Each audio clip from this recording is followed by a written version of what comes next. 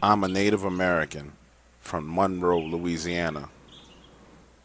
2 years ago, during the summer, my late husband and I had a shocking incident with the Bigfoot in the woods behind his parents' home in Natchitoches, Louisiana.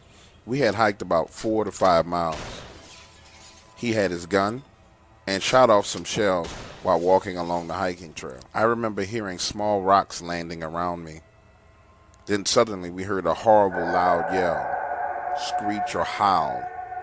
Not sure how to describe it, but we stopped and looked at each other with wide eyes. Scared, we began to walk faster. All of a sudden, we heard it again, only this time it was a lot closer and way louder. We ran as fast as we could. I didn't want to see what made that sound, but I already knew what it was. It was Bigfoot. I'll never forget the way it sounded and the terror I felt. We didn't realize how far we had walked until finally we made it to the highway. We were about 3 to 4 miles past his parents' house. We just figured had felt threatened from the sounds of the bullets being shot. Eventually, we shared this with his parents. They said people had many sightings of Bigfoot in the area. Also, that people were complaining about seeing them looking through their bedroom windows and doors. We went back into that area the next day and found footprints and took casts. I have included the pictures.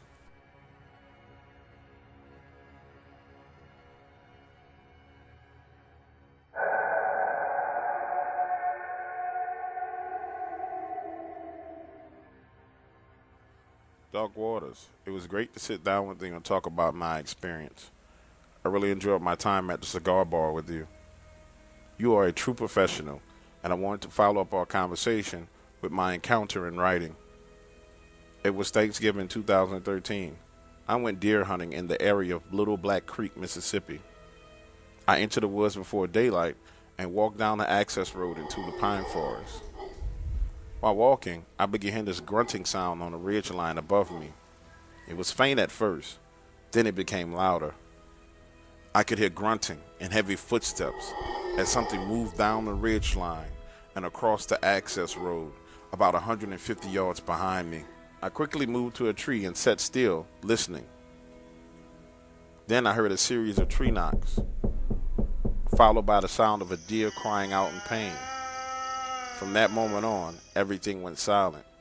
I just sat there against that tree until first light. Then I got the hell out of there.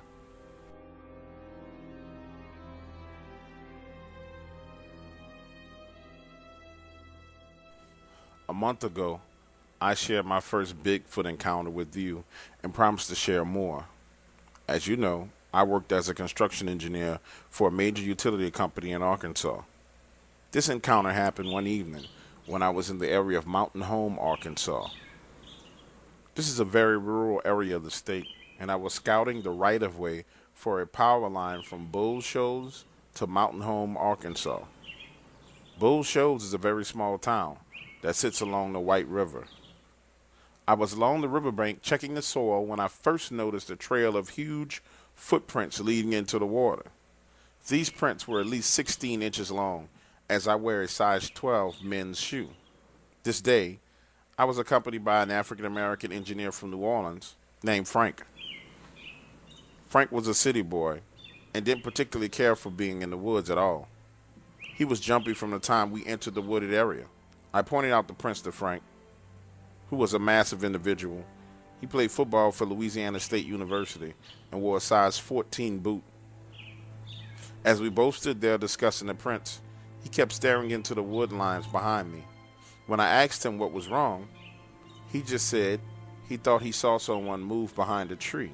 We walked the riverbank for the next 2 hours, taking soil borings and trying to decide where we would place the poles that would span across the river.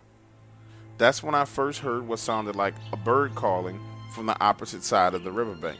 Then I heard another call from behind us in the woods. Frank, being a city boy, was completely oblivious to the sounds of the woods, but I knew immediately that something was wrong. The calls went on for a few more minutes and then stopped. However, the sounds were not right. These calls were too breathy and deep to be a bird. After all, I've been in the woods of Arkansas all my life, and I had never heard anything like this. before we started working our way back up the riverbank towards the trail we walked in on. But as we got closer, the calls started again. Frank was sensing something, and he asked me what was wrong. Honestly, I didn't know at the time, but I suspected there were 2 sasquatches in the area. I just told him it was time to get out of here.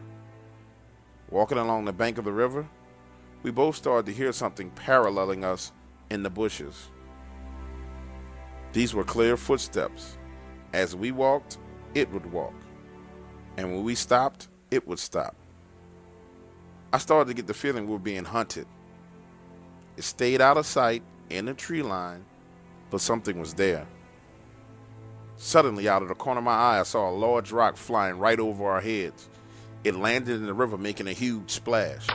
Now, there was no denying that something was going on, and it was getting out of hand. After my first encounter with the crazy people in the Devil's Hollow, I never went into the woods without my weapon.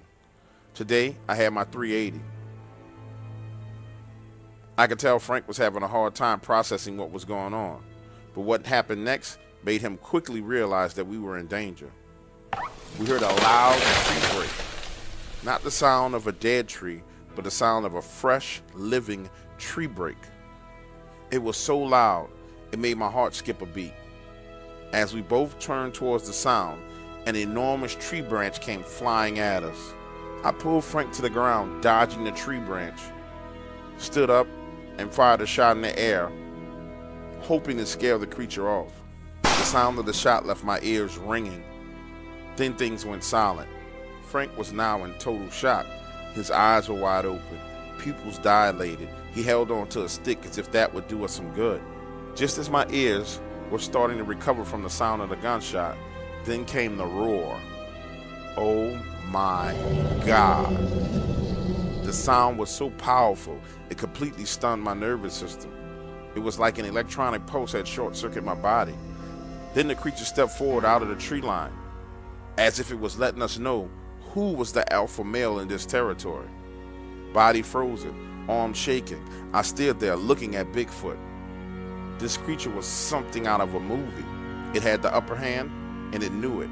Frank yelled at me to shoot it, but the cold stare in his eyes told me that if I was to take a shot at this thing, it would be the last thing I would do. The .380 I had would do absolutely nothing to this creature. It was every bit of 10 feet tall, 800 pounds, and sheer muscle. Its deltoid muscles were the size of my head, and its trapezoid muscles were so large it engulfed its neck. His legs were enormous. And yes, I could tell it was a he. It had black hair and black skin. You could see the definition in its arms and legs, but the most frightening thing was the intent in its eyes. I got the feeling that it had killed humans before and would do it again if we did not get the hell out of there. So we ran as fast as we could. For the first 45 yards, I could hear the sounds of trees breaking as it paralleled us along the tree line. I was no young man at this time, but I hauled ass. Frank, who was very athletic, was well ahead of me. He didn't look back, and to this day I don't blame him.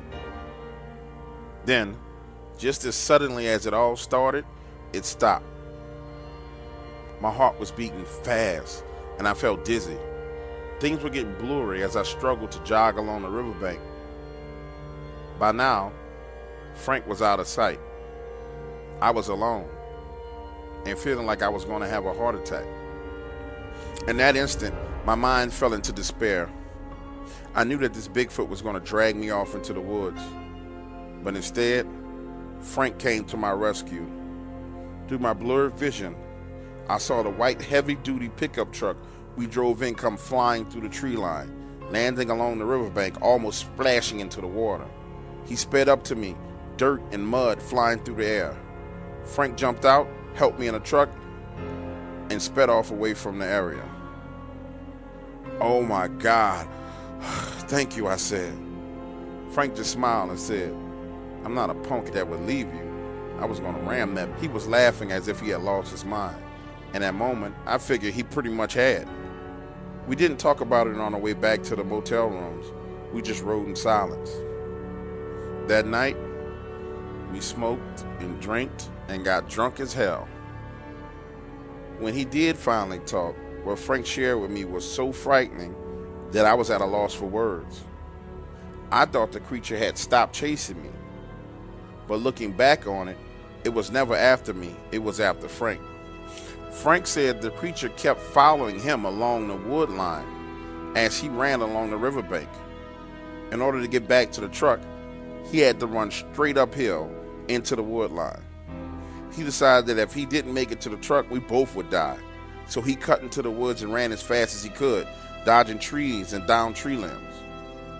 The Bigfoot was running him down on a diagonal, 60 yards away from the truck, and it was closing in. He said it moved like a college linebacker as it knocked over trees that were in his way. 30 yards away, and he could smell it. It smelled like wet hair, dead animal. 10 yards, it's closing in on him. He can't look back. He dives to the right of the truck, trying to put it between him and the creature. As it hits the ground, Bigfoot rams into the truck, turning it towards him, and his body ends up under the truck. Frank slides to the opposite side, opening the passenger door, jumps in, cranks it up, and hits the gas pedal with his hands, driving forward, trying to get away. He hit small trees and bushes, and after a minute of driving blind, he jumped behind the wheel and drove to the riverbank looking for me. Frank and I became very close after this event. He was severely traumatized for years, and we both submitted this story to the BFRO. They interviewed Frank and I and tried to convince us it was a bear. I know what a bear looks like. This was no bear.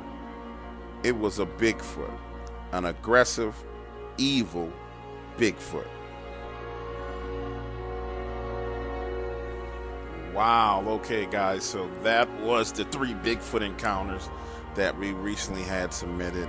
Man, I am worn out from putting those together. First of all, I want to thank all the new subscribers and each and every last one of you guys who have subscribed. I really appreciate you. We're about 850 people right now. The goal is 10,000. We should hit 1,000 hopefully by Monday night, close to Tuesday. I really want to thank you all for believing in me, trusting in me, and also again I want to go back to those original subscribers who were so encouraging of me to read and help me break out of the box of fear and do this. So you guys, you know who I'm talking about. I really appreciate you guys, because this channel wouldn't be what it is today without you. So thank you. Guys, I want you to remember to like, share, and subscribe. The more you guys share this, the more subscribers we can get, and things grow a lot faster. That Facebook and social media competition is still going on, so you guys start sending me those screenshots of how many people you've shared actual Dark Waters with and how many likes, and you know, we have some t-shirts on the table for you guys who actually have done, who has the most, so you can win a t-shirt. Also, in one of my latest stories that I'm doing, and I just finished doing an interview, we're going to end up reaching out probably next week to someone as a group from the Dark Waters channel, because there's a young lady who's hospitalized after a very bad incident. Her mother shared the story with me. I'm going to visit her tomorrow in the hospital to get her side of the story, but once we're done, I want you guys to shoot her some emails and tell her to get well soon. It's just a horrific thing that happened to her, but she survived it. So, and it's more than just telling stories, guys. You know, this is, for me, this is giving people a chance and giving people an outlet for them to express their feelings. And also we can do some good, because as a group, we can reach out to people and let them know that they're not alone when they go through these traumatic experiences. So I'm very excited about where we're going, where we're headed, and what we're doing. For those of you who are new, welcome to the Dark Waters channel. Also, I want to do a series where you guys can ask questions. I want to do that first one this week coming. We're going to call it Inside Baseball. So in the comment section, go ahead and ask whatever question you want to ask. and I'm going to take those questions. I'll take a screenshot of it. I'll post it to the screen, and I will answer your questions and give you some inside baseball on each one of these encounters. So if you want to know about the dog, more about the Dogman encounters in Taylor, ask the question. If you go all the way back to the very first video and you want to know about the young lady's experience in the Lower Ninth Ward, you can ask your question. I'm going to do that every week. It'll be called Inside Baseball. That'll give you guys an opportunity to hear more about how these stories came to be and how I met these people, because I realized that it's some very interesting material, and I also realize it's very interesting for you guys to know how I meet these people and how I know these people. It makes the stories a lot more relatable. So start posting, asking your questions in the comment section. I'll probably take 15 of those questions and go ahead and answer them, and we'll call it Inside Baseball. So that'll be something that we do once a week as well. Again, thank you guys, and welcome to the Dark Waters channel. Hold on, guys. Wait, one more thing I forgot. For those of you who want to actually submit stories yourselves, I am posting the email address in which you can submit those stories to me on this. Actually, it's on the screen right in front of you right now. And go ahead and shoot me an email with your story. I will respond back, and then you will have to go through the process that everyone else goes through. And it's a kind of extensive process where we actually hold multiple conversations, and I kind of jot down notes on what happened, and then I start putting together your experience and trying to bring it to life. But for those of you who do want to share your experiences, I have to let you know that they are welcomed here. That's one thing I don't think I've successfully done, is express that your experiences are welcomed here with me. And I see that in the comment section. A few of you guys have asked about that. So your experiences are absolutely, totally welcomed here. And that email address that you see in front of you right now is where you submit it to. Okay? Thanks, guys.